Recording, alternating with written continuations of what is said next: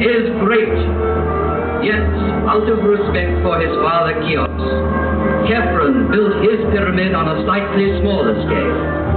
Each side of the base measuring 710 feet, the angle being 52 degrees, it reaches a height of 445 feet. The brilliant covering of polished limestone on the apex originally extended over all four sides, adding to the magnificence of the pyramid.